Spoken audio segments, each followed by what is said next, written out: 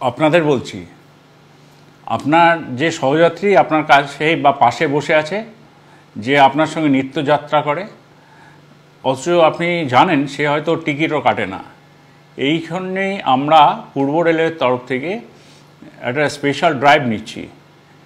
এই যে সহযাত্রীরা টিকিট কাটছেন না, আপনার সহযাত্রীরা, তাদেরকে একটু বলে রেখে দিন যে কোনো দিন যে কোনো মুহূর্তে, যেমন ধরুন তালদি থেকে আমরা হয়তো চাপবো টিকিট চেকিং স্কোয়াড সন্ধ্যে 6টায় বা 7টার সময়, তখন ধরা পড়লে কিন্তু সমাজে মান ইজ্জত একদম ধুয়ে যাবে, খারাপ লাগবে সবারই।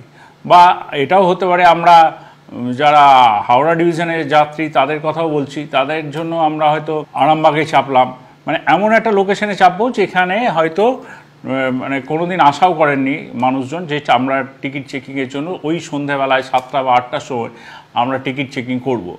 এটা উদ্দেশ্য কিছু নয় যে টিকিট চেকিং করে আমরা রেলওয়ে প্রচুর লাভ করবে, এটা নয়। কিন্তু যেটা উদ্দেশ্য সেটা হলো যে আপনার সহযাত্রীকে একটু বুঝিয়ে দেওয়া যে মানুষের উপকারের জন্য রেল এই কাউন্টারগুলো করেছে, ইউটিএস সিস্টেম করেছে যাতে সহজে টিকিটটা কাটতে পারে।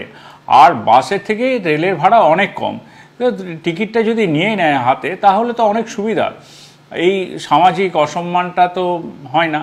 যেমন আমরা এটাও ভেবেছি যে ঝাপটার ঢাল বা ওইদিকে কাটোয়া, এরকম ছোট ছোট লোকেশন ধরে আমরা চেপে যাব, চেপে গিয়ে বা ওইদিকে লালগোলায় চেপে যাব, বা ধরুন এখানে কুলটিতে চাপলাম, এরকম করে আমরা বিভিন্ন জায়গায় ছোট ছোট করে আমরা এবার টিকিট চেকিং শুরু করছি পূর্ব রেলের তরফ থেকে।